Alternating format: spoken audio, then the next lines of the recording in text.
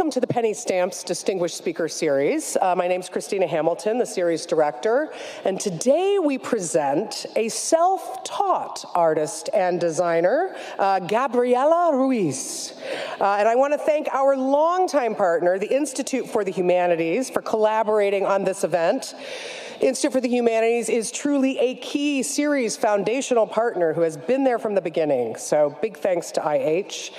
In addition to support from the Arts and Resistance L&S&A theme semester and UM Arts Initiative, and our series partners, Detroit Public Television and Michigan Radio 91.7 FM.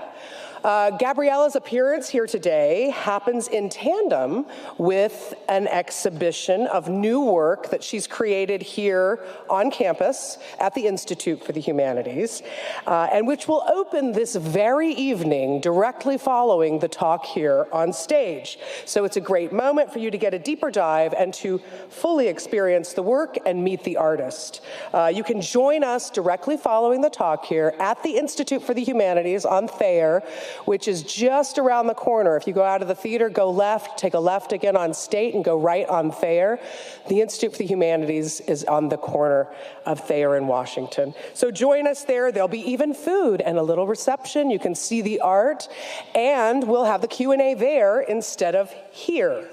One announcement for the Stamp School tomorrow. Join us for the opening reception of Respond, Resist, Rethink, an exhibition of student art for change. That's tomorrow evening, 6 p.m. at the Stamps Gallery on Division.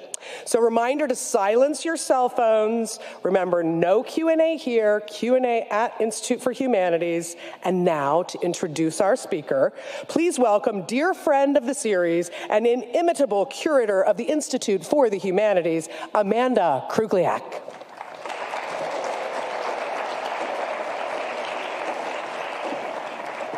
Hi. Thank you, Christina. And I want to thank Tom Bray, too. I don't know if he's here, but he's my hero. And also the Fab Lab, who helped us with the fabrication of Gabriela's project. You know, it's always a privilege for me to get up here and introduce these amazing artists that I love. Over the years, we've worked with so many wonderful people. And among them, there are these artists that are so authentic and so talented and inventive that they remind us what matters. Gabriela Ruiz is an artist who creates rooms of her own. She refuses the signs that say do not enter, restricted, dress code. Her rooms of saturated blue, yellow, green, and red are a refusal of dismal forecasts, beige worlds, and colorless hallways, because she owns the corner, and we are just lucky to get a view.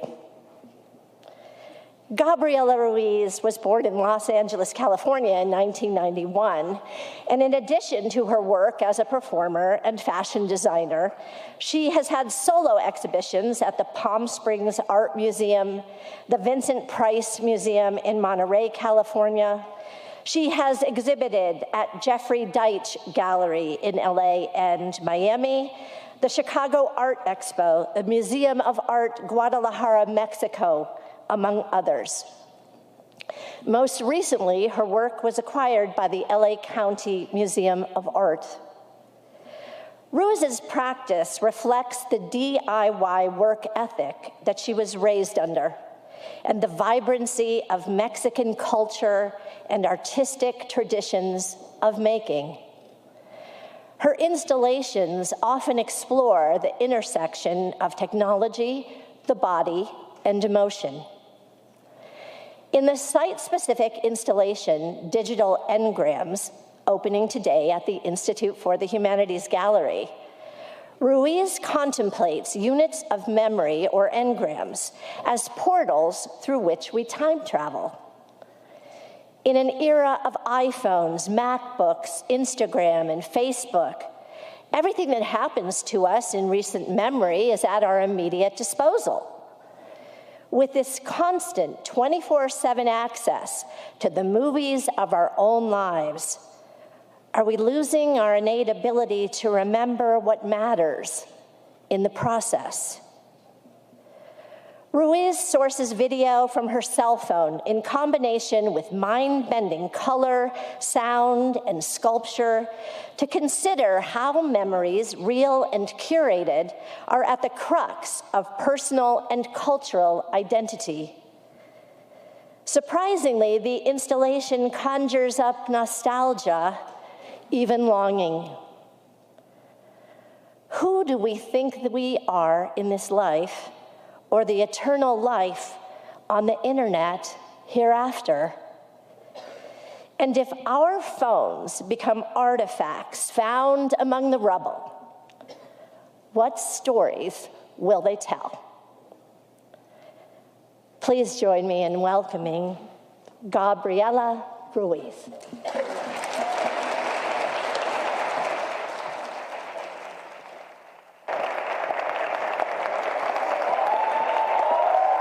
Hello.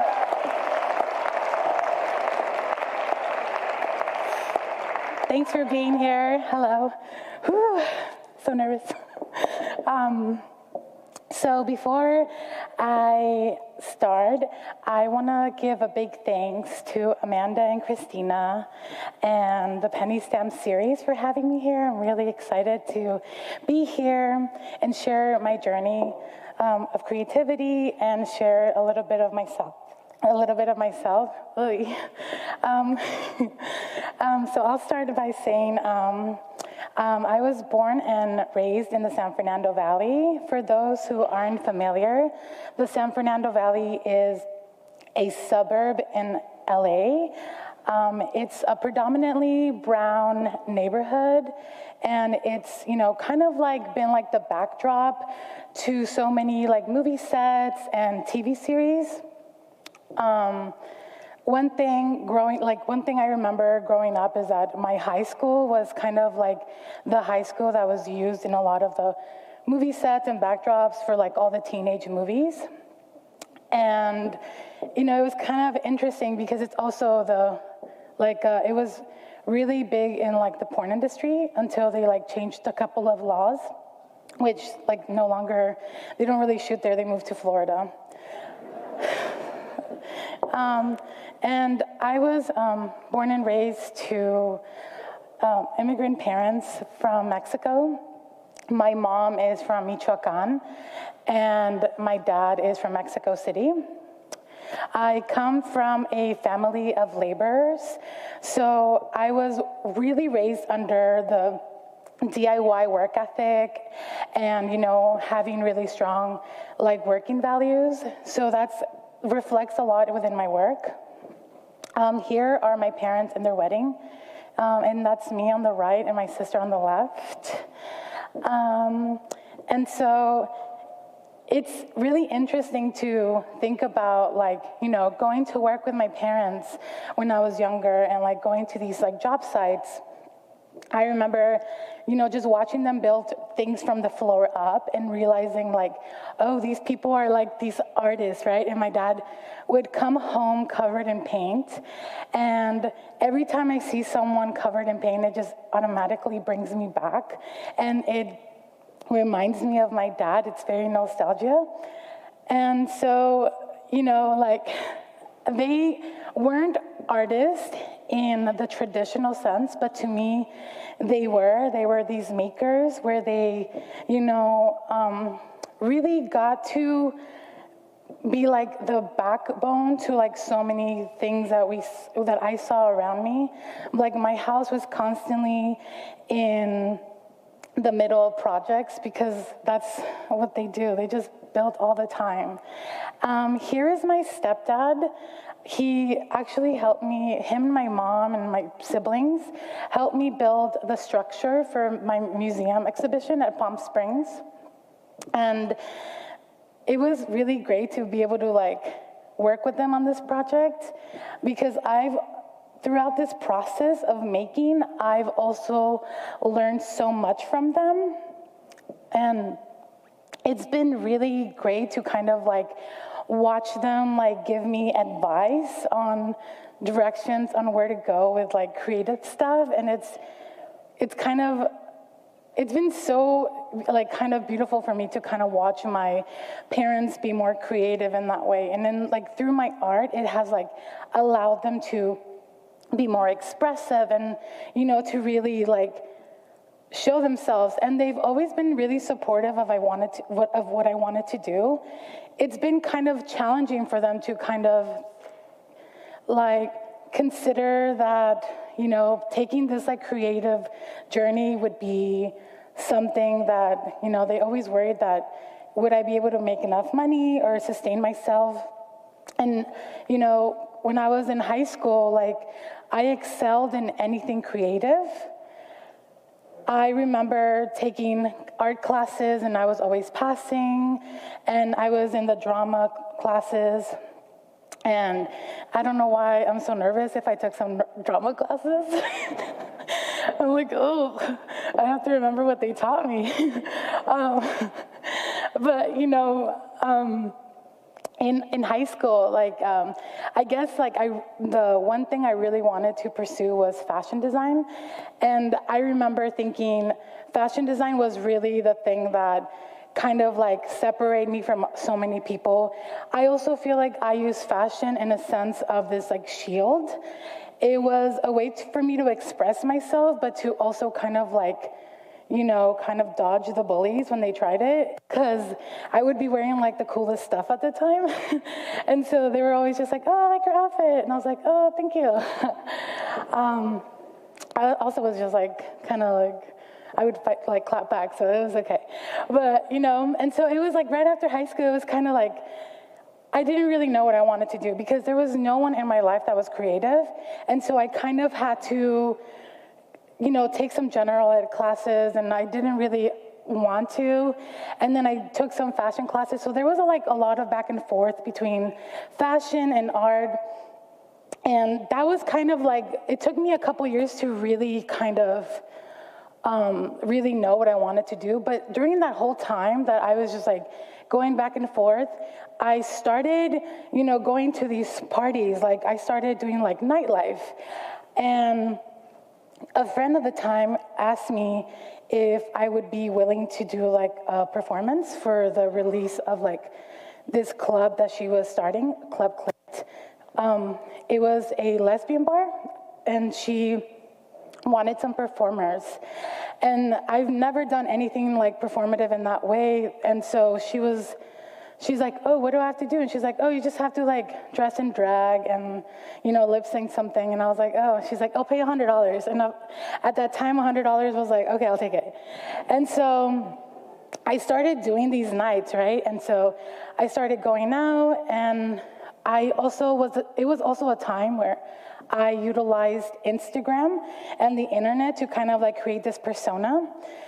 And through that is kind of like where I met like a mentor and a really good friend, Nacho Nava. And he started Mustache Mondays. It was like a queer night in Los Angeles.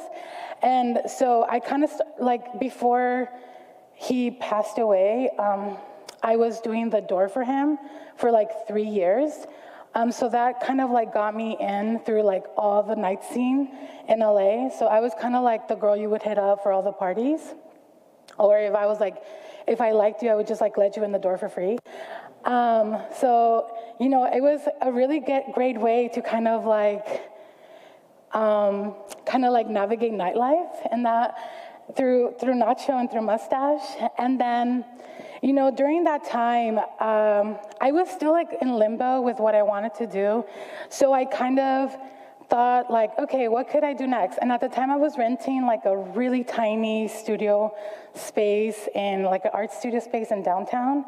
And, you know, looking back, it was like $300, but I remember I was like, I need to get a job that's gonna help me pay this, because I couldn't at the time. And so I started this clothing brand, Leather Poppy. And so this clothing brand was inspired by, you know, like the queer kind of like fetish scene in LA. And also at the time I was doing like some dumb work, you know, so I was doing like a little bit of everything. And So it was kind of like creating like these like hoodies, like these prints, and I was making everything myself. So there was like a lot of misprints that I had to, give out for free because it was really bad. And so, I started this, and it was kind of like this, also like moniker name that people like know me as now. Like I'll just say my name's Gabriela, but they're like, oh, you're a leather puppy, and I was like, oh, yeah, that was a long time ago, but and these are like friends who are modeling my stuff. And so through that brand, I was able to kind of explore like so many aspects creatively, like not only just like making the garments, but like thinking of like, sets, photo shoots, picking the models. But it also taught me like the business side. And I think that was really important because art at the end of the day is like a business and the way you run it. And so this is kind of like, I'm really glad that I did this in the beginning because it's kind of like allowed me to, kind of like help me with like navigating the business side of art. And so I started creating these like sets and, props for my photo shoots. And so then I started kind of like experimenting with like found objects and kind of like adding this like insulating foam to them and kind of like creating this like other life for the pieces. And so at that time, when I had that studio space, my manager had mentioned to the tenants, and she was like, oh, we're gonna have a space available, like a small gallery space where you guys are gonna be able to kind of show your work for Art Week. And I was the second artist who was gonna take the opportunity. And so when I'm given like an opportunity to kind of, take up space, I will take it up. And I did. And so like, I guess like my, at that time, I was just like, doing like these performances and being like this like persona on the internet. And I was like, okay, but I want to have this like solo show. And I've never at the time had like a solo show, or I never even really showed work. And at the time, a lot of my friends had like clothing brands, and they were doing like presentations, like fashion presentations. So I thought, oh, well, if I have like a presentation of my work, like this could go well, right? And so I thought about making this like 5-room installation in the gallery space.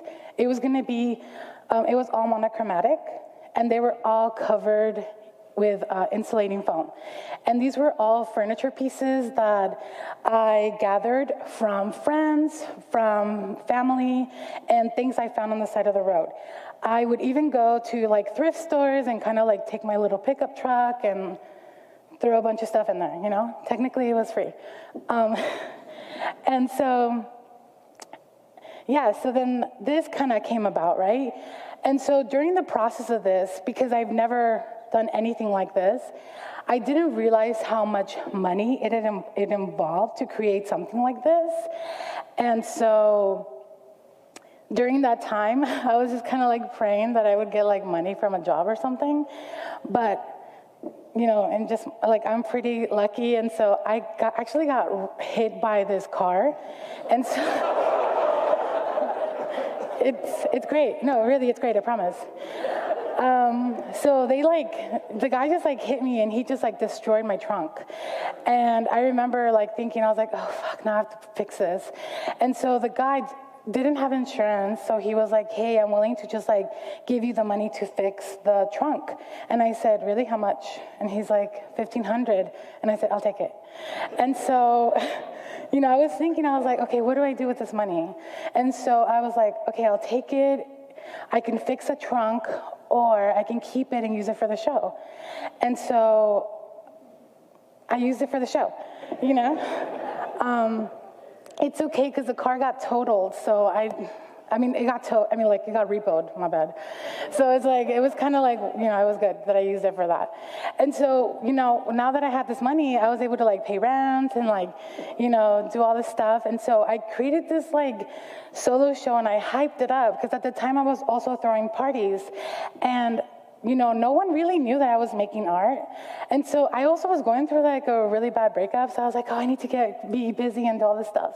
And so that's like, I did this show like in 3 weeks. I remember my house, like the front of it being covered with like just furniture pieces. And my mom's like, what are you gonna do? And I was like, just please give me like a little bit. I'll like take them out, and it was just like these things that I just created up. So I had the show and it was a success. I remember we had like 500 people showing up. The manager was like, I didn't expect this many people. And I was like, well, what are you expecting? Because I also promoted it like a party. I had my friends who were DJs and, so I was like, it was really fun. So then, this is like details of like the installation. So I had the red room and I had like a dungeon. It was like a little yellow dungeon. I was thinking about complementing, like, because, dungeons are normally, like, dark and, very, just, like, not appealing sometimes, but what about a yellow dungeon? And, a lot of my sex toys got, donated to this installation, so a lot of them got broken into. And then, like I said, a lot of my sex toys got donated to this. And then I had, like, a bedroom set, where I created this bed, some like furniture pieces. And I had like a little dining area with a fridge. These are like details. So all of it was covered with insulating foam. And all of these, things were just items that I just found on the street or just like got donated. And so with that kind of like led me to thinking about like what was next, because that was kind of like the first thing I've done. So I was just like kind of again in like this limbo thing. I'm like, okay, I have to get back to Leather Poppy. And then I'm like, no, but I want to make work. So I was going back and forth a lot with going back to Mexico. And I remember thinking, I really want to show work in Mexico. But there really wasn't like a gallery I knew or like really people. So I was just like visiting family. And so when I think about like for my immigrant parents to understand art, the first thing they think about is, like artists like Frida Kahlo and Diego Rivera. And Bellas Artes to them is like top, they think that they're like, okay, so like when are you gonna show there? And so I've always just thought, I'm like, obviously it'd be great, but like, I'm not in that status yet where I can be like showing in Bellas Artes. And so it kind of felt like I needed to show there at that time.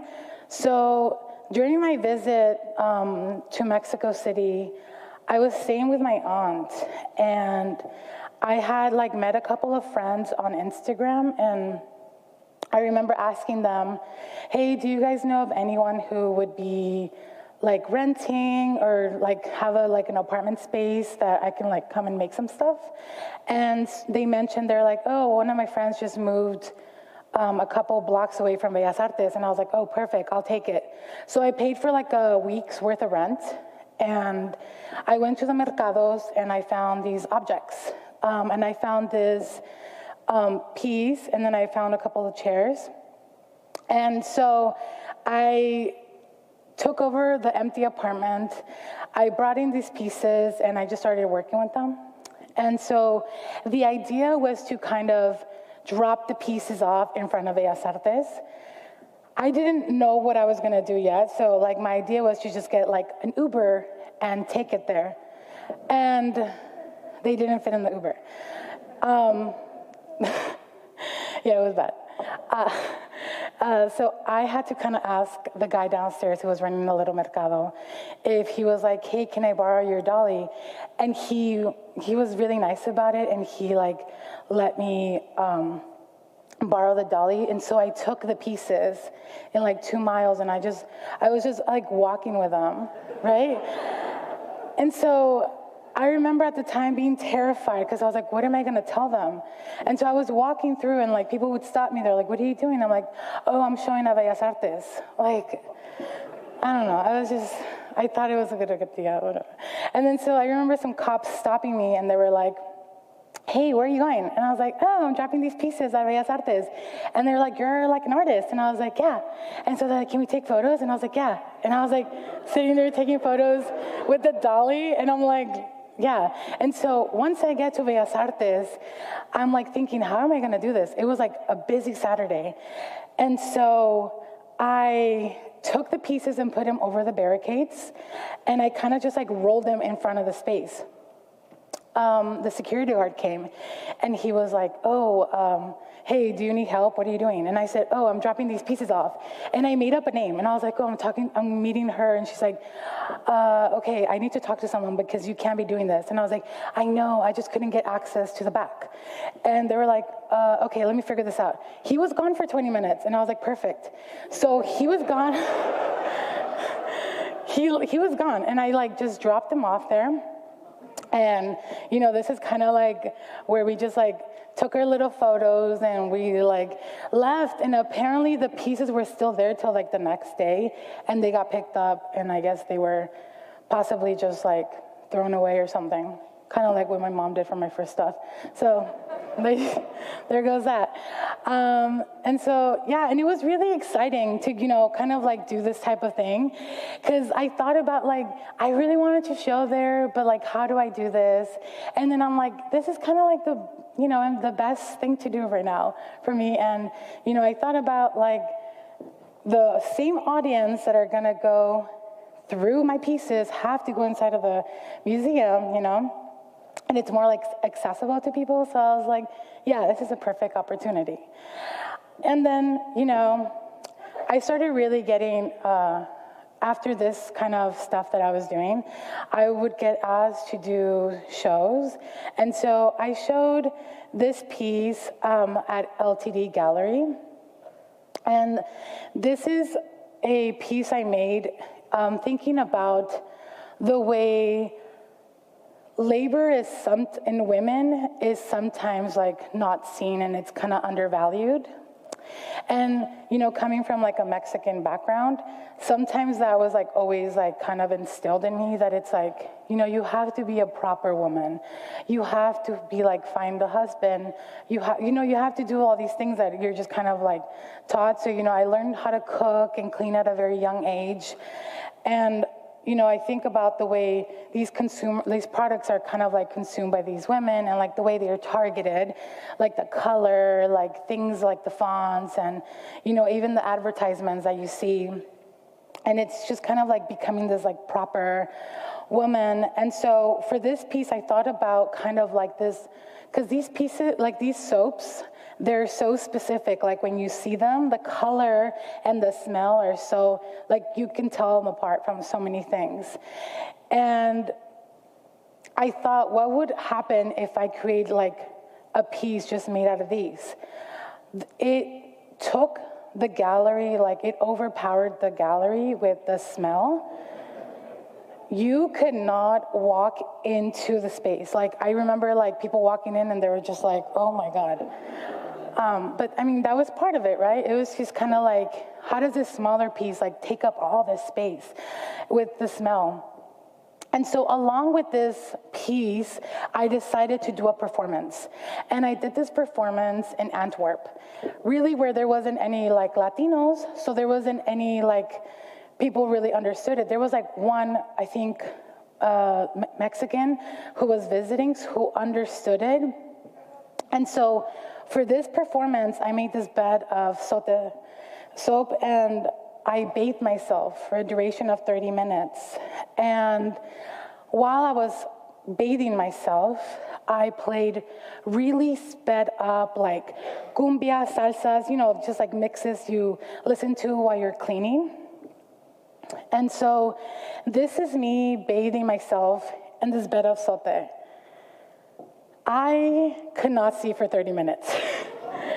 I was just blindly doing this. I was slipping. I was just falling everywhere.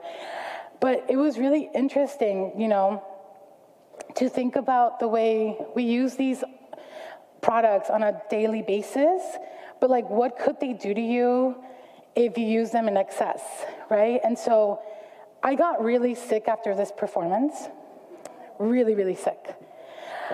But I'm really glad that I was going to London for Freeze, like the following day, because London has incredible healthcare. So I just came in and just like, hey, y'all, I'm dying. Can you help me? And so thank God, it took me, like, I didn't go out a lot at all. So when people ask me, how's London? I'm like, the healthcare is great. I know nothing else. And so, you know, I was still exploring the domesticity in my work. And with this piece that was shown at Jeffrey Deitch Gallery, it was part of this group exhibition, Shattered Glass, which featured nothing but brown and black artists. And so at the time making this, let me move over here. At the time making this piece, I didn't really have a studio. And so I was building this outside of my house. And when I was building this, I didn't even really think of the size, right? I was just like making this piece, and I was actually making 2 pieces, and then they kind of were like, hey, we can only accept 1 piece. And I was like, well, I guess I'll, you know, put both of the pieces together. So this is kind of what I ended up with. It was really interesting because this is kind of like an homage to like my favorite laundromats. I still don't have like a laundry in my house, so I still have to go to laundromats. And so I'm thinking of, you know, inspirations behind the colors of my clothing, you know, and the process of doing laundry, and kind of like when I would do laundry with my mom as a kid, it was just like me and her, because it was just like us kind of doing everyone's laundry. And so it's kind of like the time that me and her got to spend together, and kind of like the way she kind of like taught me, you know, how to do all these things for myself. And this is one of the pieces where I started including surveillance camera. And I was inspired by that when I was doing my laundry and just like, you know, folding my clothes and my underwear and thinking, some people are not granted the privilege of just like being in a space to just like be in an intimate moment and just like do the most intimate things. Like you have to be constantly watched. And it's like these spaces, right? And so I feel like always being like not granted that time and like space of like just being alone with your intimate stuff is kind of like crazy to me. Like, why did there needs to be so much surveillance? Because I mean, this laundromat had like excess amount of surveillance. It wasn't just like 1, 2, it was like everywhere. And I thought about also kind of like, you know, adding these like foam elements to it, was just like thinking of suds. And I have like molds of the sote soap on the corner. And so this is kind of like the finished piece that was shown at Deitch. The crazy thing is that I'm now friends with the collector who bought this, but he had to like break a wall into his house to get it. And so now he told me, he's like, this piece is like forever gonna live in this house. Like if I sell the house, it's just I'm probably gonna have to sell the piece with it, because I can't, it's like, you can't take it out anymore. And so, again, thinking about like this technology, I started exploring a lot of that, and then with technology. And so for my museum solo show, like my first museum solo show at Vincent Price Art Museum, I created this piece where, well, it was an entire installation. And so I was thinking about, you know, the mechanics of emotion and technology, and how that kind of plays, like how technology kind of like makes you kind of feel some type of way, like through the algorithm. And so I, you know, included like a video projection. And again, this piece was made from wood I found in my mom's house. These doors I found at the hardware store, but you know, the mesh that we use is just mesh that you could get at a fabric store. It's nothing fancy. And this piece was this like window where this was the first time I used the videos in my phone, and it was like a collection of so many things. It was kind of like a lot of like the issues that I was having with my family at the time, and these like moments I was collecting. And this like important video that I included in it was the first YouTube video ever uploaded. It was in 2005, and it was of this guy just standing in front of elephants. And so I think of like how important YouTube was for me, because I did go to like YouTube University. Like I learned so much through there, like everything I needed, I just like Googled it or YouTubed it and I found it. And so with this, I was also exploring surveillance and kind of like the way that surveillance kind of like hides itself. And so the surveillance, you would assume that it's in these two pieces, in these two surveillances, but they're actually like in the mouth of the body. And so these two pieces work together. And this is a body cast that I did of myself with plaster cloth and insulating foam. And I added some tattoos to myself. And so this piece has been acquired by LACMA.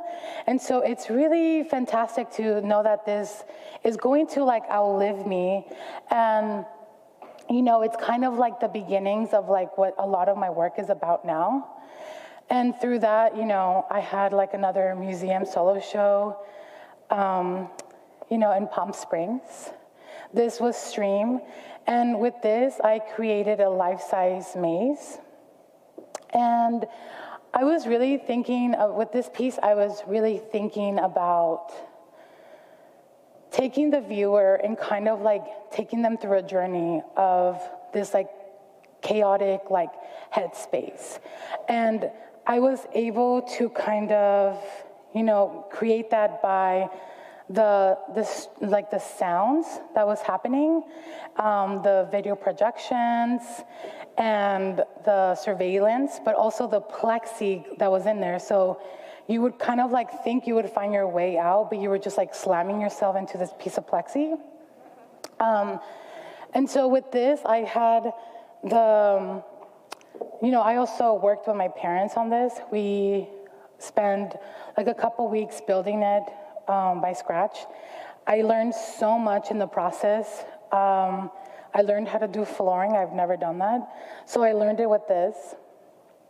And so you can tell here that it's like a pretty large size maze. There was a body cast of myself made out of 3D filament. And, I worked with my friend Derek and Andrew on visuals and sound. And I worked with my boyfriend, to make these to create the entire like immersive experience. And so this is a small video that I want to show you all. It's like a small clip.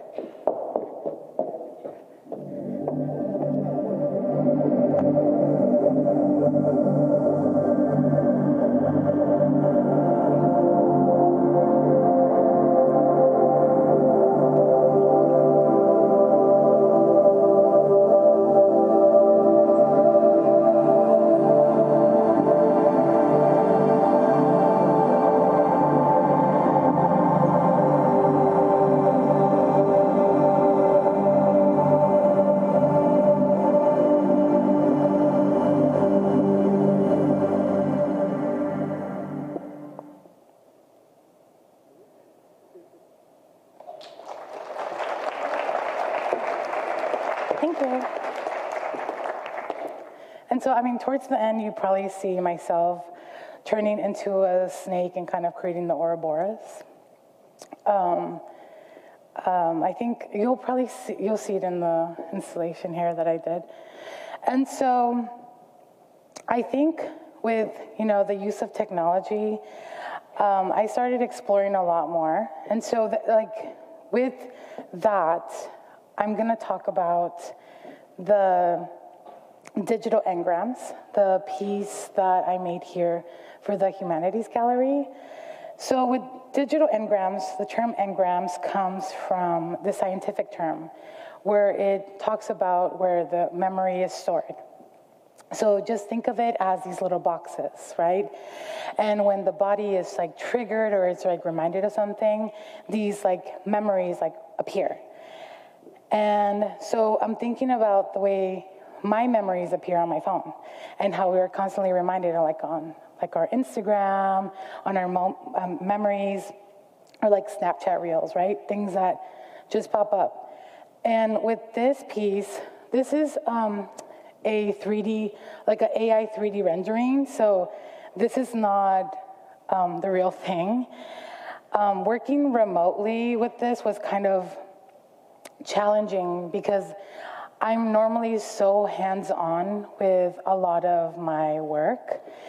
And working, across country was kind of difficult because I knew I wanted it to look a certain way, but I wasn't present to even like choose the material. So I was just kind of like relying on Amanda and Ed to kind of like, I trusted them. And I wanted to create these like, sort of like these monolithic panels where they would have these like memories embedded in them. So I use TV monitors to kind of like, they were embedded in the plexi, and then I use these aluminum pieces that would be on top of them. And so I went with these 3 designs. The ones on the right here and in the center, this is the design of a Samsung chip, like the motherboard. And then this one in the center is the design of an Apple motherboard chip. And you can tell like the difference. Like my favorite one was a Samsung one. And you can see like the monitors, like the squares would be the monitors. And so this one is gonna have a surveillance, and it's gonna have video down here. And so I chose the other shape to be this spiral. And I'm thinking about the way like spirals throughout history have been throughout the world, and they have been in every civilization. And no one really understands how this shape is like so common, and without like, there was no connections between the civilizations. And so I think about like this shape kind of being like connected to the past and the present and the future. And it's like, if these pieces were found, what like they would be like, oh yeah, like the spiral, like they were still making the spiral. And so I think about like the way that was like, that could be artifact. And so a lot of things that I learned through this process was using the materials and kind of exploring that. But it was kind of like my first time ever working with the Fab Lab. Shout out to them. They're incredible. I am so happy that I got the opportunity to, be able to work with them and be able to kind of learn the whole process of it. And I know that this will definitely like kind of help me in my journey, my creative journey. And so I hope that you guys can all come after this to the opening. I mean, not all of it, obviously, we're not gonna fit. But if you guys are more than happy, I will be answering, like doing Q&A over there. And yeah, so I just wanna give you guys a thanks for being here. I really appreciate it. Yeah. I'll see you. Okay, thank you.